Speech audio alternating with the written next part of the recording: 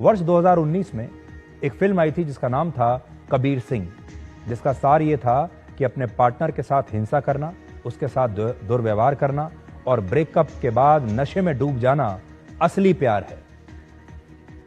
लोगों ने इसी को असली प्यार माना था।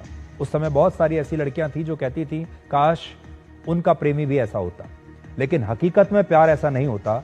संत कबीरदास का एक मशहूर दोहा है जिसमें वो कहते हैं कि प्रेम को ना तो खेत में उगाया जा सकता है, ना ही बाजार से खरीदा जा सकता है।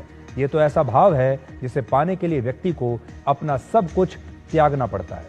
लेकिन सोचिए आजकल जिस तरह की घटनाएं हो रही हैं, उसमें ये प्यार और ये त्याग क्या कहीं आपको दिखता है? आज रिश्तों में ज्यादातर झगड़े का कारण हमारी वाणी है, लेकिन कबीरदास इस पर भी एक दोहा लिख कर गए हैं और ये दोहा है, ऐसी वाणी बोलिए मन का आपा खोए, औरन को शीतल करे आपहु शीतल होए।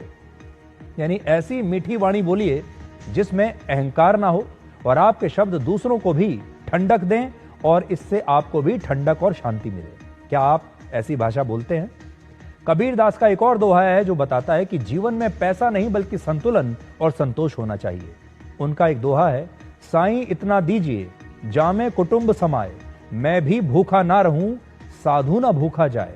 यानी भगवान से इतनी प्रार्थना है कि जितनी आपको जरूरत है उतना आपको मिले और आपके जीवन में संतोष और संतुलन की कोई कमी ना रहे। एक और उनका दोहा है, दुख में सुमिरन सब करें, सुख में करे ना कोई, जो सुख में सुमिरन करे तो दुख काहे को होए।